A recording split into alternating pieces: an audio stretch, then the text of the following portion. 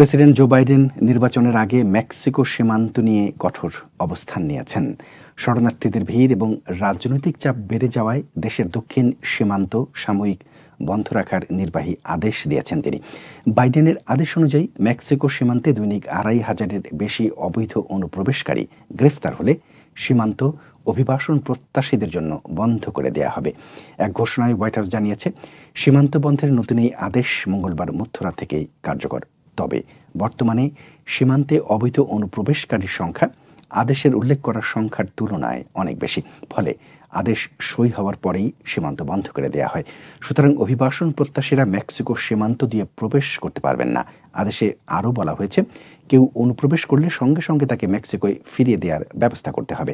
আমেরিকায় তাকে আশ্রয়ের কোনো রকম সুযোগ দেয়া হবে না। সীমান্তে গ্রেফতারের সংখ্যা ১৫০০-এর নিচে নামলে ফের এই নির্দেশ বদল করা হবে।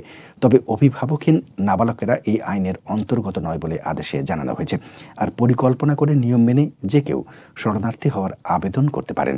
হোয়াইট হাউসে এক বক্তৃতায় বাইডেন বলেন, আমেরিকার সীমান্ত সুরক্ষিত করতে যে সিদ্ধান্ত নিয়েছেন, রিপাবলিকানরা আজ অবধি তা নিতে পারেননি।